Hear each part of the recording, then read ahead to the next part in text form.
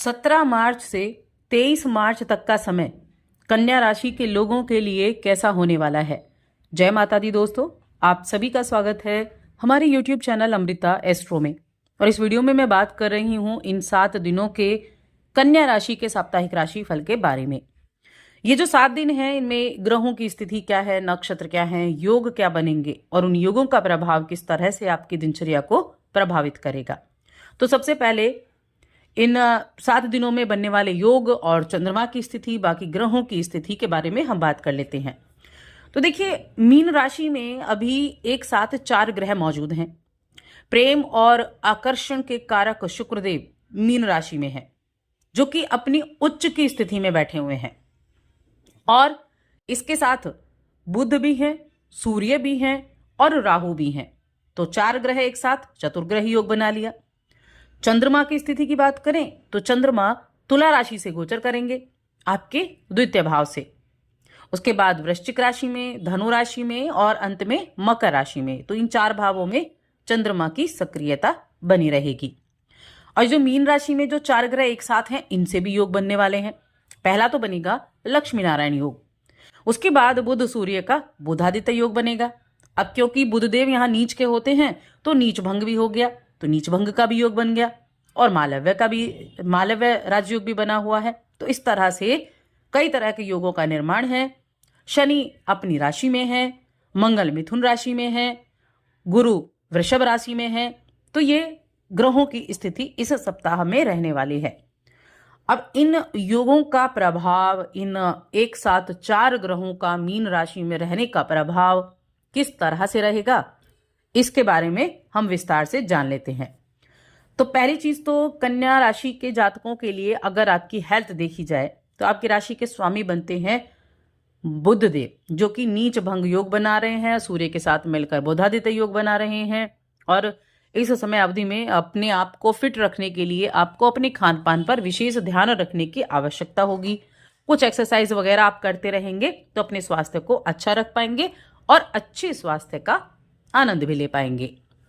देखिए, बृहस्पति को अगर देखा जाए तो बृहस्पति इस समय आपके भाग्य के भाव में मौजूद हैं और काल पुरुष की कुंडली में जो भाग्य का भाव है, नवम भाव है, उसमें जो गुरु हैं वही कारक हैं, भाग्य के दाता भी हैं, भाग्य के कारक भी हैं। तो ये इस हिसाब से आपकी जो शुरुआत है वो बड़ी अच्छी हो रही है, क्योंकि आपके जीवन में जो भी प्रॉब्लम आप फेस कर रहे थे, जो प्रॉब्लम आपको देखने को मिल रही थी, उन प्रॉब्लम्स का सॉल्यूशन आपको जरूर मिलता हुआ दिखाई देगा।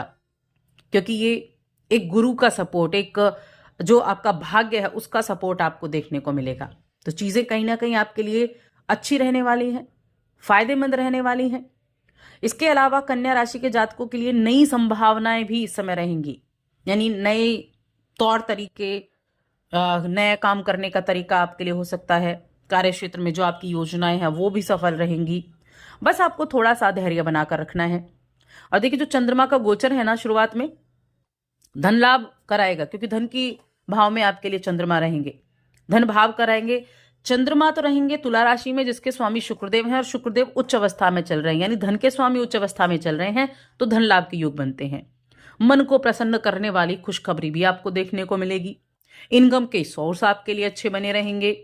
कुछ जो समस्याएं चल रही थी, जिनका समाधान आप नहीं निकाल पा रहे थे, तो उन समस्याओं का समाधान भी मिलने की संभावनाएं बन जाएंगी। अगर मैं डेट वाइज करूं तो मंगलवार का दिन और बुधवार का दिन जो होगा, यहां संचार संबंधित कुछ गलत फहमियां हो सकती हैं, क्योंकि संचार के जो कारक हैं वो बुधदेव होते हैं, जो कि मीन राशि में बैठे हैं।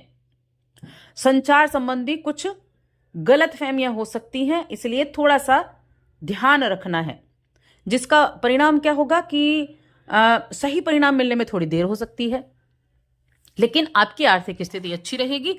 डरने की आवश्यकता नहीं है, लोगों का सहयोग भी आपको मिलता रहेगा। और देखिए, जो सप्ताह के अंत तक अगर मैं कहूं तो आपका जो एक बौद्धिक विकास है वो भी रहेगा। आप बड़े सम्मान प्राप्त कर सकते हैं, जिन योजनाओं को लेकर चलेंगे उनमें सफलता प्राप्त कर सकते हैं। अपने कामों को पूरा करने में आपको सफलता मिलेगी।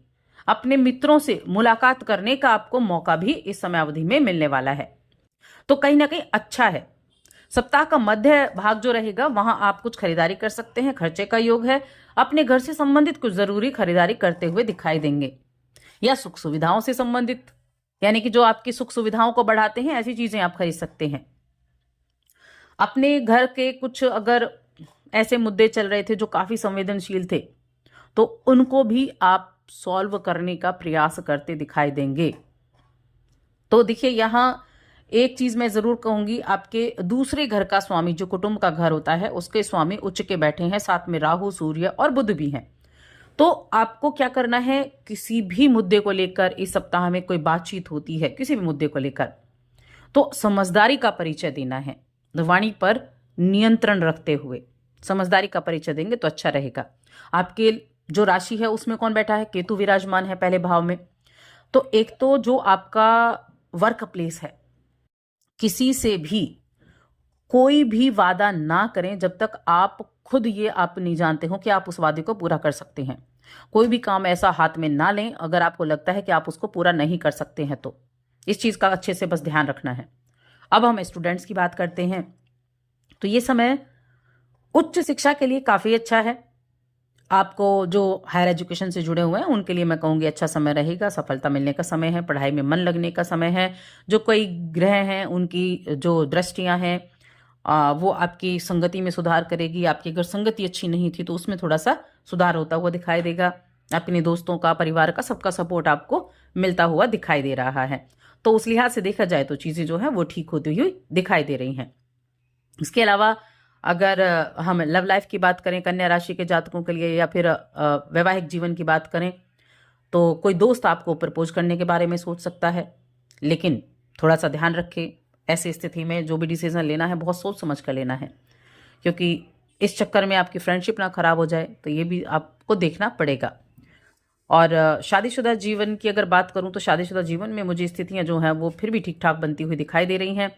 और मन प्रसन्न रहेगा, प्रेम से भरा रहेगा, रिश्ते बेहतर होंगे, अपने रिश्तों को बेहतर करने के मूड में रहेंगे, अपने पार्टनर को सरप्राइज देने के मूड में रह सकते हैं, आपसी जो संबंध है उनको भी अच्छा करते हुए आप दिखाई देंगे। तो वहां भी चीजें कुछ ना कुछ ठीक होती हुई दिखाई दे रही हैं। देखिए प्रेम जीवन की अगर मैं बात करूं तो यहाँ थोड़ा सा बस ध्यान रखना है कि कम्युनिकेशन, वैसे तो आपके द्वितीय भाव के स्वामी हैं, उच्च की अवस्था में बैठे हैं, लेकिन थोड़ा सा कम्युनिकेशन ही यहाँ पर परेशान कर सकता है। तो कम्युनिकेशन का अच्छे से आपको ध्यान रखने की आवश्यकता है। जितना ज्यादा आपके बीच में गैप होगा उतना ज्यादा परेशानियां देखने को मिल सकती हैं। देखिए जीवन का कोई भी कठिन समय हो आपके लिए, लेकिन आपके माता पिता की तरफ से विशेष सहयोग भी प्राप्त होगा और समर्थन भी प्राप्त होगा। व्यवसाय करने वाले जो लोग हैं वो अपने काम को समय पर निपटाएंगे तो अच्छा रहेगा। किसी भी नियम का उल्लंघन ना करें, कोई भी शॉर्टकट ना अपनाएं, और सत्ता सरकार से जुड़े जो मामले हैं उनमें थोड़ा सावधानी बरतें। अब हम उपाय की बात कर लेते हैं कि क्या उपाय आपको करना चाहिए, क्या उपाय करना आपके लिए बेहतर रहेगा। तो देखिए सबसे पहली चीज तो कोई भी वृद्ध व्यक्ति है जो जरूरतमंद भी है, वृद्ध व्यक्ति, उसको एक छड़ी का दान जरूर करें। जिसको चलने में परेशानी हो उसको चलने के लिए सहारा दें। ये एक उपाय बहुत अच्छा रहेगा आपके लिए। और दूसरा उपाय है कि बुधवार के दिन आप भगवान गणेश की आराधना जरूर करें, उनके मंत्र का जाप आप जरूर करें। तो बस आज की इस वीडियो में इतना ही। वीडियो कैसी लगी कमेंट करके जरूर बताएं।